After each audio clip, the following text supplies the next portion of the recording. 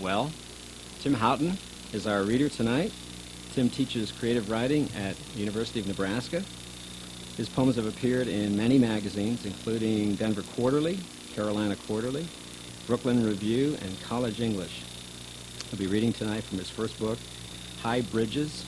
It was published in England from Stride.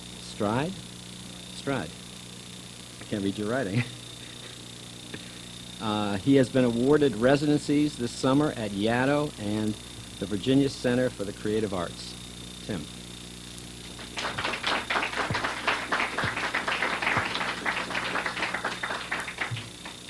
I sort of feel like the rock stars who've been waiting in the wings all this time, and once I heard the chants going, I decided to come out here and everything. Anyway, I want to say hi to Jacques Derrida. It was funny. I taught a tutorial on deconstruction a few years ago. He was my least favorite deconstructionist, and so I don't mind too much reading at the same time. Now, I don't know if the camera can show it, but I want to tell all those people who might see this in the future on cable that there are 200 or 300 people here right now, so that it hasn't mattered that Derrida is giving this other reading, and or this other lecture.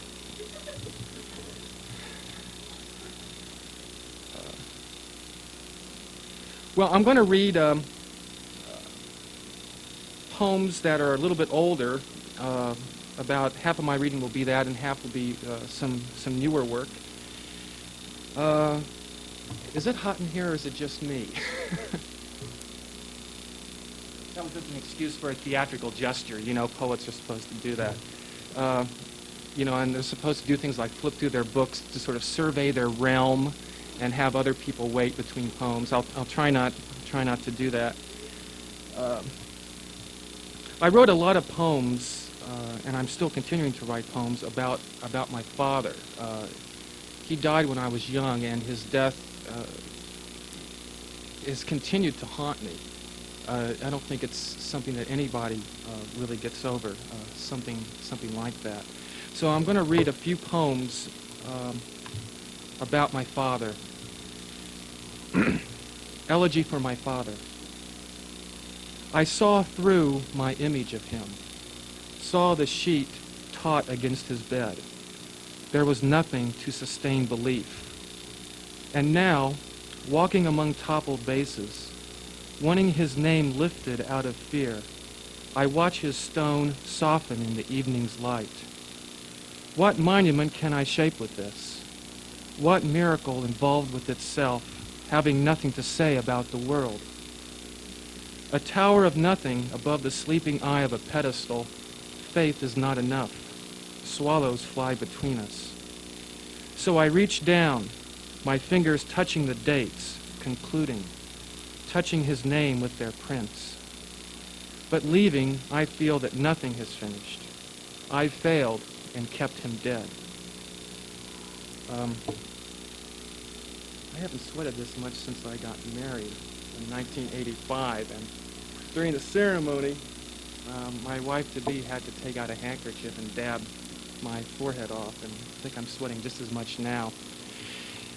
This next poem is called Hide and Seek, and I can remember soon after my father died how it took a long time for my mother to finally have the courage to get the clothes out of his closet. And there was something magical and frightening and mysterious about that closet, because I would go in there as a little kid sometimes. And that was sometimes a place where I would go when I would play hide and seek with my older brother. So, hide and seek. Poised to leap from caves in my father's closet, the wolves were mine, like the black they breathed, like the dream they inhabited. There was no death where stalactites filled the length of my father's sleeves, where his smell was the texture of his clothes, where minutes curled like his ties in my hand. Someday I will wake from this. I will wake from this and see him again. Dreamt of minerals and snowflakes lighting the sap, climbing the miracle of long coats that reached my crouching body. Put my hands in his shoes and walked black walls, unfolding the home, gathering space, gathering time. I want you to come soon. We'll take walks again. You'll write the names of birds. Till my brother heard my strange hands and opened the door, triumphant light bursting in. I yelled and laughed, tackling him at the legs, throwing him down, forgetting the black place behind me, where the wolves remained and closed their eyes in sleep.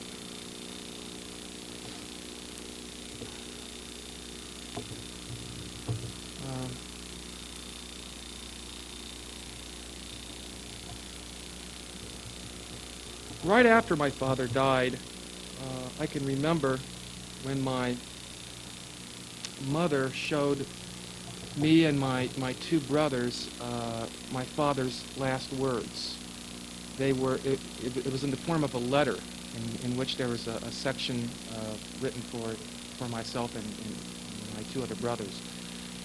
And so I refer to a couple words or phrases from that letter in this poem. And the context of the poem is thinking about my father in the darkness of the bedroom as I'm trying to fall asleep. Awake. When soil-thick air filled the space around my bed, colors slid from homes in great patchwork squares and dropped from leaves as green stars, mixing like oils on badly lighted streets, mixing like water on stone, grass, and dirt that covered my father. Whispering the letter he wrote before he died, his be-strong command, I saw blue windows mark the shoulders and back supporting a farmhouse, his tawny face with strange light, like snow and moon together in flesh, in black air too around my bed, and memories of sunlight bulking the driveway's gravel when he walked from the car, buttering walls in early evening, all of us at the table. But whispering his letter as I lay in bed, the words love and good memories, I heard the trains roll through, their distant sound the turning of earth toward daybreak, the running of tracks through dreams. I saw the tunnel in nearby mountains, then boxcars under snowcaps, slowing with freight I couldn't image. Then silence and the sun starting up. That bird sounds like it's the morning, doesn't it?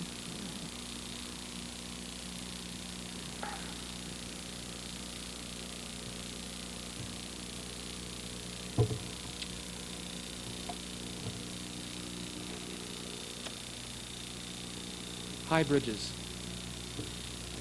Burgeoning from the ceiling, the moon's a chandelier, a dream of glass pendants blustering as swords, babbling as teeth. The dream of white dancing I want this letter to be.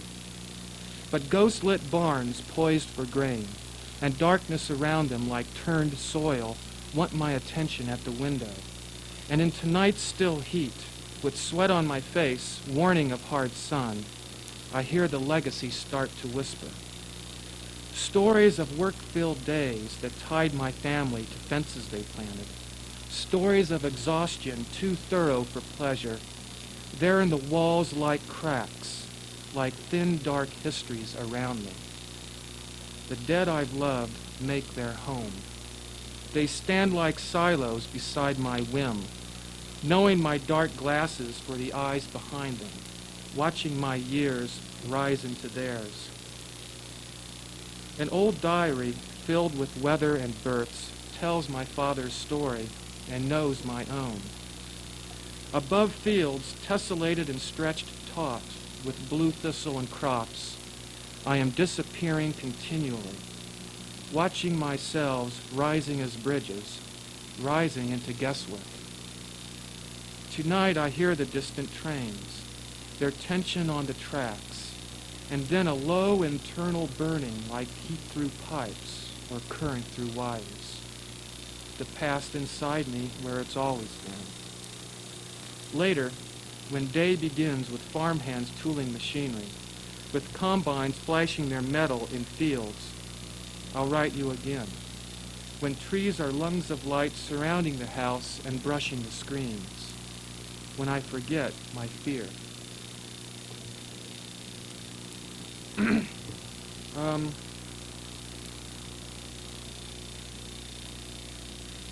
won't be too long before I'll get to some lighter stuff. But this next poem is about my brother. When he was in high school, he suddenly developed symptoms of epilepsy, and the title of the poem is Grand Mal. And if you've ever seen someone have an epileptic fit, and it's incredibly frightening, although it's not as frightening as it may seem at first. The good news is that one day he went off his medication when he was about, I guess, 28 or 29, and it disappeared. So he was one of the lucky people who grew out of it somehow. I have to write a poem about that. He changed completely once he got off the medication. He became less lethargic, he became extremely energetic, and the world was now something that he could once more engage. Paul. Grand Mal. My hand fading into his black hair with the power of silhouettes embracing, with the sense of a lifetime's fear in the softness. I watch what he'll never remember, what seems to him like God. We both talk to no one.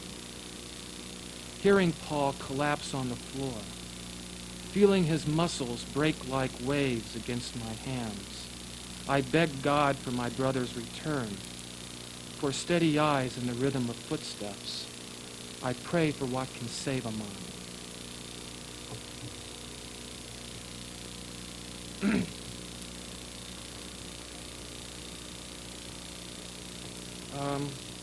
Here's a poem with,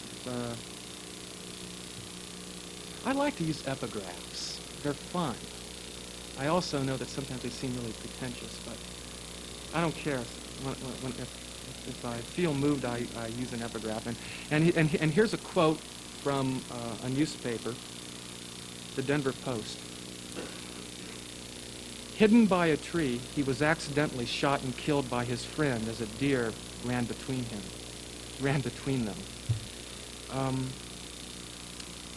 So I try to imagine what it would be like shot in this context.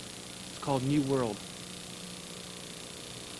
With pressure of shock, the slab-like gold of dawn on both sides of skin, he sees the red bird spread its wings across his chest, the dying tree of his body, the blast still trailing the running deer, swimming deer, through stone-like trees striped with sky.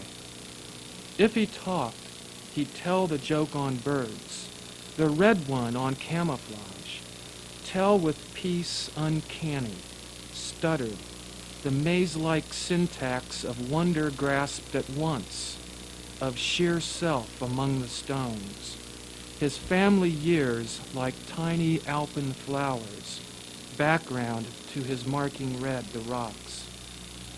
Painless, utterly still, he loses the sad weight of his body, while under two mad hands, skin goes cold, and nothing else.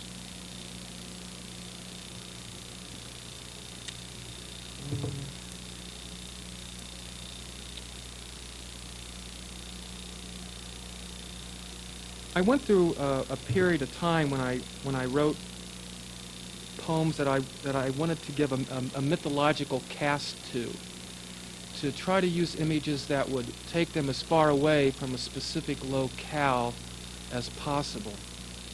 Here's an example of one of those poems. It's called Legend of the Blue Spider. He had visited the summits long ago, the snow points which marked the steps of his legs on final arguments, on pleas that ended short. On its way to water, a white heron flew over cottonwoods, whose seed spray fell on blazing, whitewashed fences. This was a place where snow might fall. Already we were gripped white, as though his thread had fallen, as though a sword had fallen. No one heard the music of his feet against the sky. He crawled there close and couldn't be seen. He gathered all the eyes. The nights the countless thrust of his array. They took us up on the round roads. And soon we felt the sun on our backs and saw, far below, nearly flat, the mountains, the bones half buried. About the same time, I did a group of poems, and I think a lot of poets do this. A lot of poets love art, and I've always loved the surrealists and the expressionists, and in particular, I've liked the artwork of Max Beckmann. I don't know, maybe some of you are familiar with him. And I wrote this poem based on a picture of his called Family Picture. And I don't know how much the poem has to do with the picture. I don't think it has a whole lot to do with it. But I loved it. The colors are incredible. And it reminded me of my house when I was a kid. The living room was a total clutter with a lot of oddly colored clothes and all kinds of stuff just thrown around. It looked like a furniture showroom, a used furniture showroom. And then there would be my mother and my two brothers and myself sort of crammed into this with this gigantic color TV. And it was just like everything was so squeezed together, and that's the same sense I got when I looked at this picture. Well, anyway, I just looked at this picture and just totally went in my own direction with it. And I'm realizing that a lot of my poems are about death, and, I don't know. That figures in this one, too. Winter Room. Lamps burn too long in winter, till hours of darkness seep through walls with density of cold, of time in black branches, and weigh inside the light with sadness. Above the armrest, you hold a spool of twine, and think of how the kite might rise against the ceiling if your father lifted his eyes above the novel's end page, or your mother lifted her hands from crosswords and pen. Her talk is habit in the shape of smiles, of little ironies huddled like glass birds in the corner cupboard. Talk that masks the terrible center of things, the young man who died a year ago, who was your brother and their son. His death provides the jagged lumber twisted in your nightmares, the maze-like uproar of doubt. It makes the home impossible, with piled unspoken grief taking space and pressing on your chest. So you think of summer, of heat and sunlight, the sense of kind forces at work on the air, as you tug the kite and wonder what would happen now if someone raised it up to catch the wind. Through open curtains, you watch the streetlights bending over ice, and know you're on that street, even here, heading towards some secret end, with nothing around you but the coldness, the well-lit pressure of darkness. I can remember several years ago visiting Philadelphia, and have you ever heard of the Mummers, the Mummers parade? Well, you'd think it would be fun, wouldn't you? And I can remember I was staying with some friends in the southern part of the city, and I went out one Saturday, and I forget what the occasion was, and there the Mummers were, walking down the street with their costumes and all kinds of stuff. And they looked so miserable. They looked so unhappy, and they looked mean and angry. And that wasn't the role they were supposed to be playing. And I'm thinking to myself, how in American society, people don't even know how to have fun when they're supposed to have fun. It's like when you play racquetball with someone and he's out to kill you. And even when he wins, he looks like he's had a miserable time. And Greg's not like that. I don't know, people...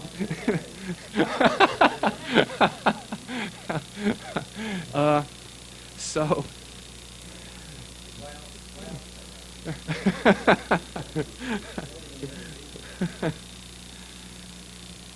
Anyway, this poem is called American Parade.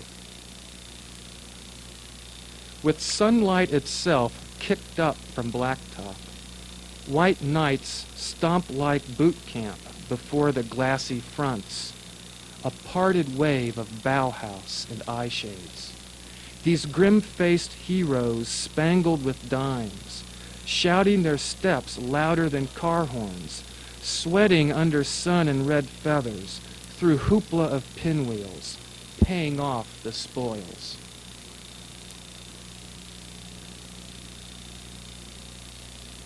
Well,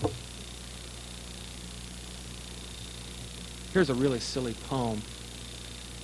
It's called Mcneil Dances, and I can remember in college, I was always too embarrassed to dance. I'm not now. But I was then, and I can remember I was at this bar with a bunch of friends one time. And my best friend, Ken Mcneil, got out there with a group of other people and started dancing to the jukebox. Well, first of all, I was envious that he would do this. But he kept looking like he was on the precipice as he was dancing, sort of leaning back like this and sticking out his feet. And that's not in this poem. Maybe it should be. You're laughing at that. So I just started with this idea of Mcneil dancing, and this is what came of it. Today I spilled my brain into a yawn. Fire in the eyes of an empty skull dances forever as whim. I defy the sunny day. Blue logic oozes smugly against itself from the bright flaw, but I relax in the black yawn of whim. The wings of crows strum echoes on the black lightning of their cries. It's a fumbling joy. I'm dancing, spitting black butterflies. Well, along the same lines, I always would have so much fun years ago going to New York City with my friends, and we would visit punk bars. I love punk rock, and I miss it now. I don't get to hear it as much, and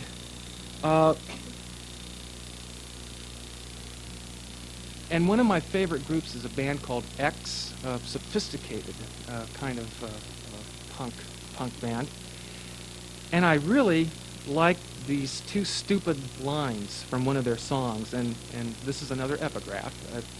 This midnight I will turn into a beer I will. Okay. So, well, going with that and the idea of writing from the point of view of a bartender who's not really a punk himself, but is a bartender at a punk rock place. This poem is called Lit Pistons. The bar door opens and knife-loud guitars fly over snow, cutting the blue of streetlight mixing with flurries. When bottles don't break, it's white magic on sidewalks, while snow blows up and into the bar, waking the heads sweating in smoke. Now they pogo in darkness, splashing their beer on leather and sawdust turning to mud, dancing to Kingfisher, a band of spiked blue hair, of manic hands on strings. Me, I'm the tapster priest, mixing ablutions for strange believers, while Helen vibrates in jeans, whipping her slave with chain-link hair of gold, and whipping up light, God, these punks know space and how to use it. Stomping the floors every inch, flinging their bodies like kids, an uproar of energy lighting this dive, under black pipes, coiled like snakes on the ceiling.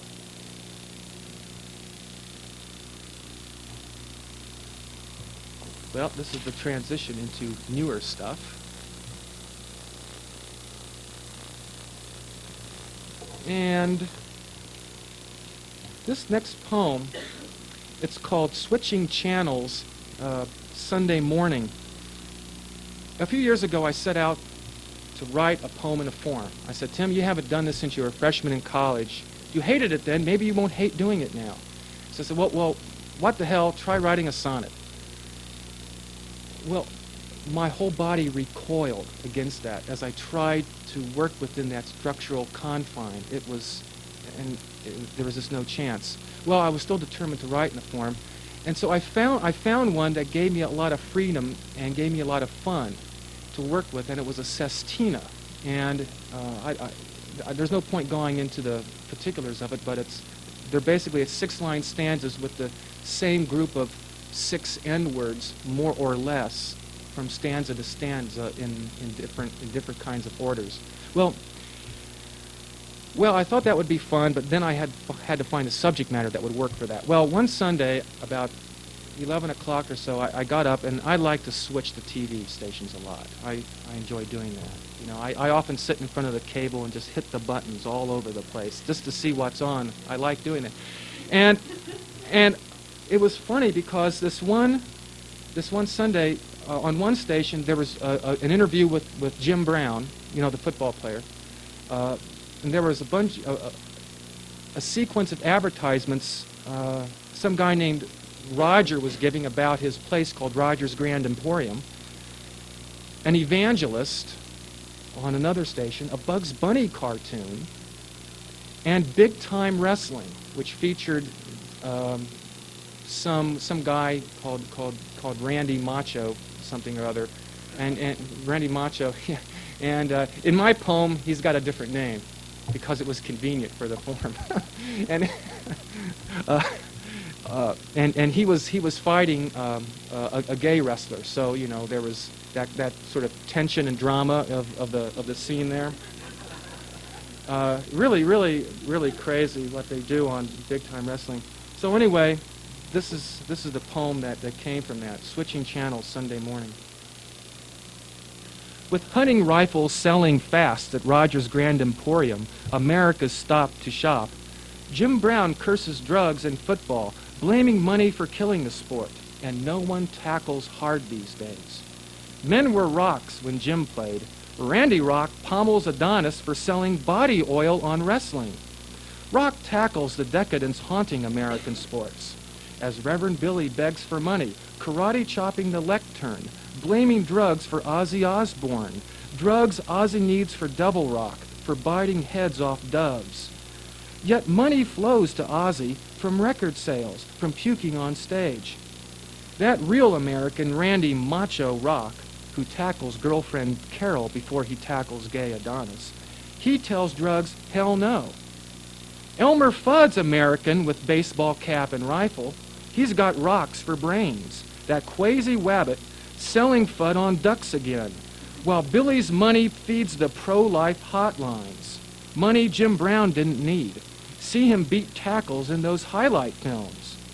When blonde Adonis sells herbal teas, Macho drags him under the ropes and rocks his head with hammer blows. America screaming, kill him. America crowding Roger's Grand Emporium, where money gets you everything. If teens are rocking to MTV, it's Ozzy tickling their nerves, stripping his pants and dragging mannequins under the mic. Sold in America. All these tales of Sunday, of speeding money and wrestlers in drag, my hand dances and rock sends everyone sailing.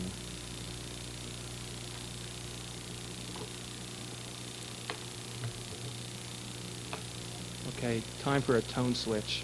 Back. We'll get back to more fun stuff in a few minutes.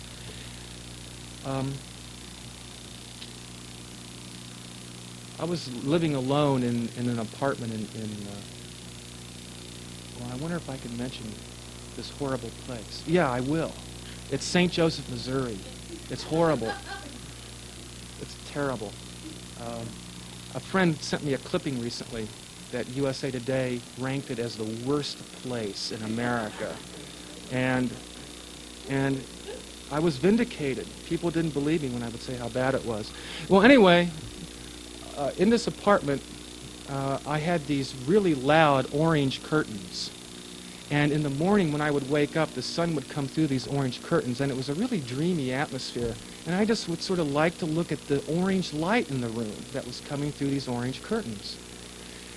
And well, I never like to get up in the morning anyway, but here I am dreaming, and I want to get up even less, I really don't want to get up at all and go teach or whatever it is I had to do. Well, anyway, here's a poem that came out of that. Flashback. Nothing bad could reach him, where hot curtains of orange filtered the morning's light. His room a tropics of fruit-laden walls, of light burgeoning in his waking, when dreams of capture realized hope, adjoining with dawn. So much to do, he thought as he lay there, and none of it taking part in this peace, his urge to watch the imagined trees, their deepening fruit. Perhaps if someone were with him and sharing were possible, to make ambition, his self rising, a steel I-beam into air of the city, to make it more than ironic, he might not stare so long at the light, like someone cloistered in ripeness, all those leaves and long sun. He's weak to remember the morning. Outside the west-facing window of his office, it's late afternoon, and lights a predator, the gray wolf light of winter framing the smoky glass of skyscrapers. The pen in his hand a sliver of ice, a gnomon whose spindly shadow weighs on the papers piled before him. Knowing it's bad to think of the walls as anything other than walls, he puts on his coat and goes to his car, thinking tomorrow he'll get more done, that spring is coming with snow off the ground, with meaning's dead sense lifted from awnings and sidewalks, lifted so incredibly high it might go out of range in a blinding sky.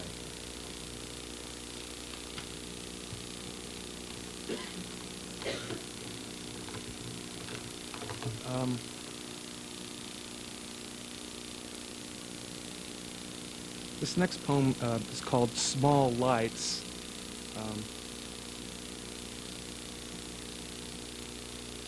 Greg Kuzma wrote me a page-and-a-half long letter about this poem. I think it was basically positive, but and yeah, we'll leave it to Jacques Derrida, and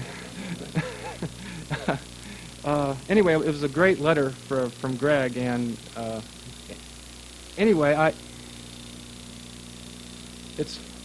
I got the idea for this poem as I was driving at night, and you know the little lights on the dashboard indicating your brights are on, or the stereo's on, or the radios are on. I like those little lights. I think they're neat looking. I don't know. There's something you can almost meditate to. And so for this poem, I imagined someone by himself in an apartment in the darkness with the stereo and printer on and just the lights on those, and he's looking at those lights in the darkness. Small lights. Some nights he'll turn on the power to printer and stereo, only to watch their lights in the dark. The small lights signaling current, hovering fixed above an invisible floor. He has to smile at this way of dreaming. And what harm does it do, this watching of red doors burning in space and light years away in the room, with maybe some leaves brushing a window for company, sound? A lost marriage its children filling a house with loud running up and down steps. He wants to map the imagined passage of things he can't let go, as though some spirit hadn't studied the textbooks on grief and keeps him filled, senseless with faith. He never could cry. He watches the lights. Memory plays that trick. What I wish I had done before that, it just occurred to me now that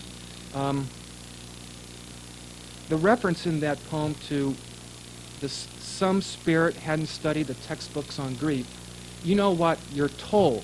When a tragedy happens, you're supposed to forget it and move ahead. Well, it seems to me that people who do that are lacking something. And I don't think any writer totally puts things behind him or her. And that's what that reference in this poem was about.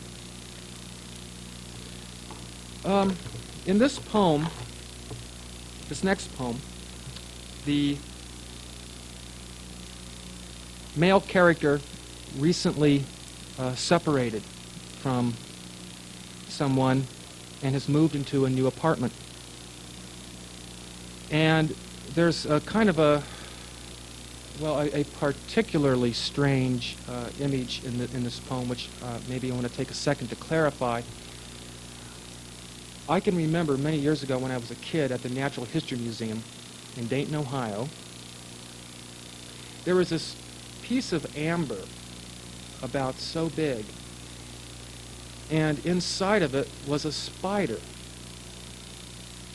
And in this poem, the person's blood, in a sense, becomes less powerful and turns to amber, and the reference to a spider that's in this person's blood, it could be whatever it is that's haunting him, it could be the woman. That's enough. Single in the new apartment. He smells the white paint, but doesn't believe it. The windows look from snow that's been carved up, made up into walls. The history of land he'd walked with her, the fenced horizon holding him still. Over the windows and power lines cutting new angles on the sun's arc, he raises old drapes, thinking maybe nothing could grow here.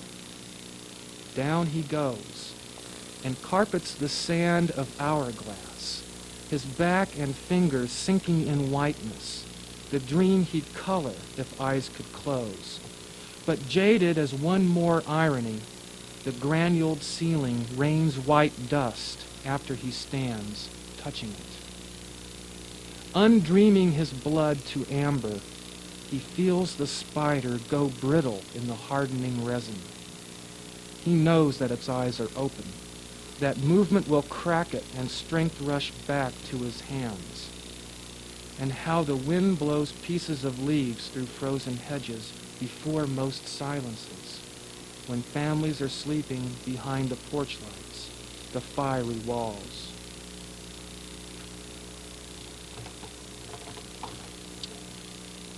Well, here I am flipping around, like I said I wouldn't do. Well,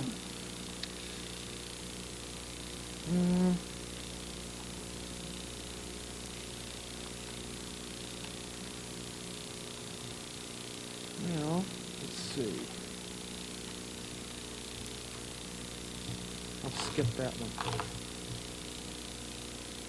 One last father poem. The last time I saw my father, he was in the hospital. He ended up dying of kidney disease, and I was 9 years old. And the last thing I did before I left his room, I mean, something totally innocent, absurdly simple. I gave him a piece of candy that I had. It was just you know those Necco wafers. Do you remember those things? You know, the kind of things kids love. And that was the last thing I remembered. But what happened was, right after that, I found out he died. Well, you know how a kid's logic works. You start associating your last action with that person's death. Well, to some extent, that's what this poem is about. At least towards the end, I work into that. Strange thinking. I knew it wasn't real when, muscled in six-gun and sailor suit, I killed my brother repeatedly in the rigging of trees that warm Saturday in June before we wrestled into the car and went to see my father.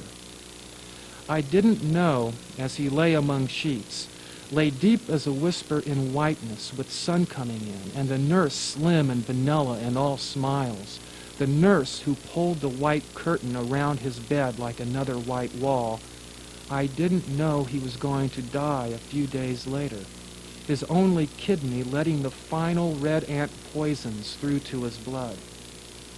It was no more real than my memory now, his room like a boat forever floating, and me cast off, who asked my mother if something I did, if maybe the candy he took from my hand to please me then had helped him die. I remember her hug, her answer no, and her frightened eyes on mine.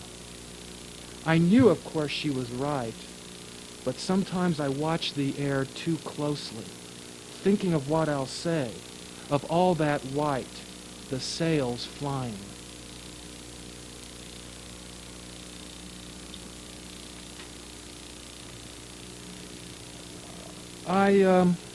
This poem is kind of a compilation of experiences with people in my family.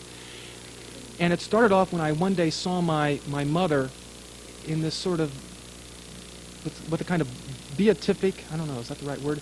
Innocent look watching a nature show as she lay snugly in a comfort chair in the living room. And then I thought of all the struggles that she's been through in her life. Well, anyway, what that changed into was a poem about a woman who was older. Her husband died in World War II. She's alone. She never had kids. This is a big subject matter, isn't it? And it's called Wind on the Stairs.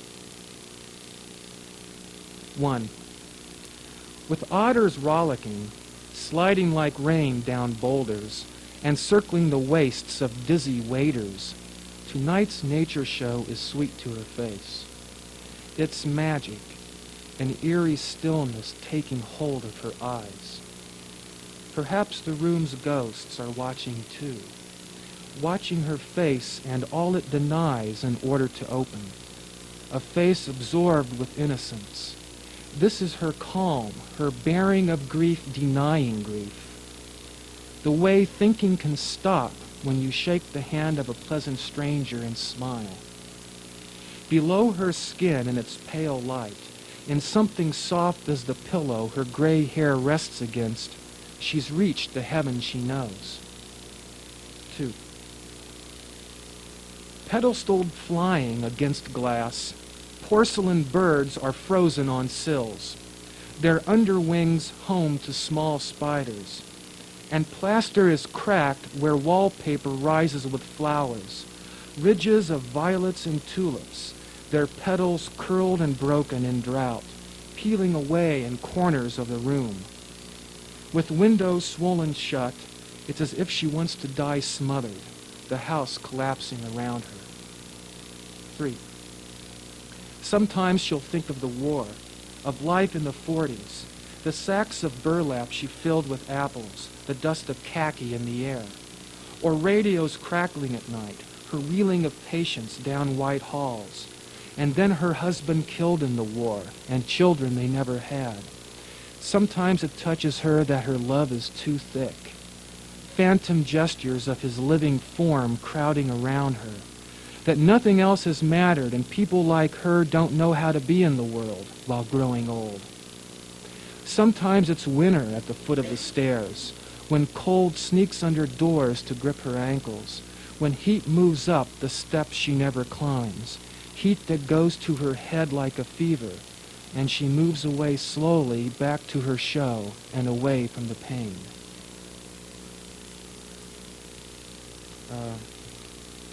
I like that notion of love being too thick. I read Beloved. I think quite a few of you read that book, and that's the way one of the characters' love is described as in that book. Okay, 3 more poems. For 15 years, I've had next to me in my office Being and Nothingness by, Jean-Paul Sartre. And I've always had this ambition to read the book, but I can't manage to do it. It's about 800 pages long, and I maybe have read a total of 20 pages, and I'm sure I have it all wrong, even with those 20 pages I've managed to get through in all those years. But this one quote struck me as so absurd that I decided to write a poem about it. And it goes like this. In fact, Pierre is absent from the whole cafe. Whole is underlined. It's very significant in Sartre's philosophy. I'll start over. In fact, Pierre is absent from the whole cafe. His absence fixes the cafe in its evanescence. Well, that struck me as really ridiculous and really funny on some level. So I decided to write a poem about this guy waiting in a cafe somewhere in France near the River Seine, and he's in this cafe waiting for Pierre to show up. Okay, and Pierre is just not showing up. And I was also feeling antagonistic toward artists in general when I wrote this poem. So I sort of create this this cafe that's filled with absurd-looking artist types. Anyway, it's called The Absent Cafe. The day had been too long anyway, when the sun blinked toward evening on the Seine, only to pop up multiply as red berets on faces sweating in this chameleon pit. The maps are all scattered, and with weeks of tectonic plates colliding in my forehead with tension enough to finish August, to shake the leaves down early, I need a little talk with Pierre. Tell him I need what's grounded, climatic zones evolving up a mountain. He's bringing a woman he says I'll love. A Carolyn topping a granite tower over couples in a park, their hands joined. But this place is broken obsidian, a colony of artists chopping their hands through smoke and candle glare. Maybe she'll be a context for my insomnia and sweat, for my embedding, as he likes to wink, of jouissance. And pandas in China will nuzzle what's left of bamboo, and my grandfather's pit bulls lie down in peace in Mississippi even. Something is happening on my table. The red napkins turn to leaves and mulch, the spilled wine to rot on wood, while next to me tongues are wiggling fat as cartoons. Pierre, you're late for great reasons. I know you. But the spike-haired host with a twist of lemon has my number with instructions. Give it her. I'm home and awake.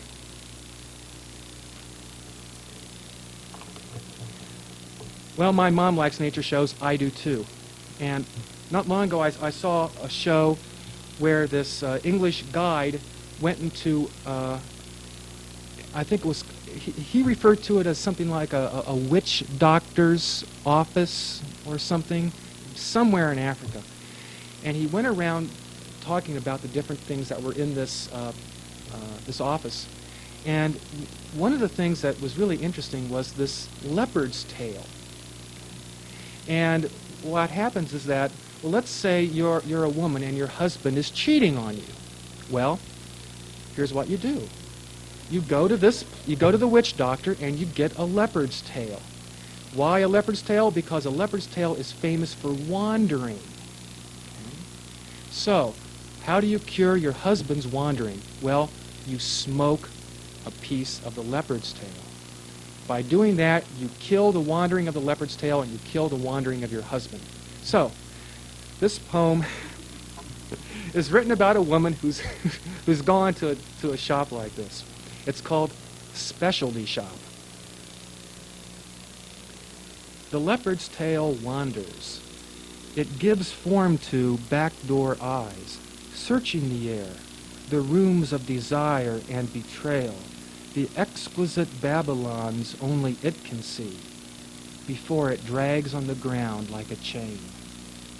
Talk is exhausted. She buys the tale and smokes it, just the bitter tip, enough to kill her husband's cheating. And if that won't do, she'll rub the white circle where a ring had been. She'll kill him for good.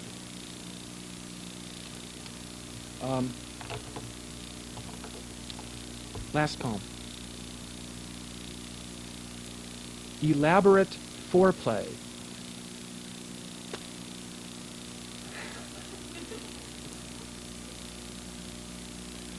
There are apples out back. Soft red contours curving inward at both ends, double-sexed. What a happy tree that seems so suddenly sprung up among apples, so deeply into all those wet gleaming curves. I'm edgy, tickled. The fan's cold jet raises hairs on my thighs. But my lover is somewhere sweating, whacking tennis balls, and I'm watching apples. The tree, 2 house finches building a nest at Audubon Cafe, which dangles above the porch. Drunk finches singing, spilling red apple wine on their chests as they burst from the tree with twigs and pieces of white flowers, elaborate foreplay and romance. Before all this, the window could turn to water and me to atoms of dust soaked in the humid air. Rainbow dust coasting through glass to redolent bedrooms and bowls of fruit on tables. When she returns, maybe I'll touch her with apples and birds, enough to get her going in the right direction, keeping the loving alive at this jungled sanctum that pastures lay siege to, the stupefied cows. Thanks.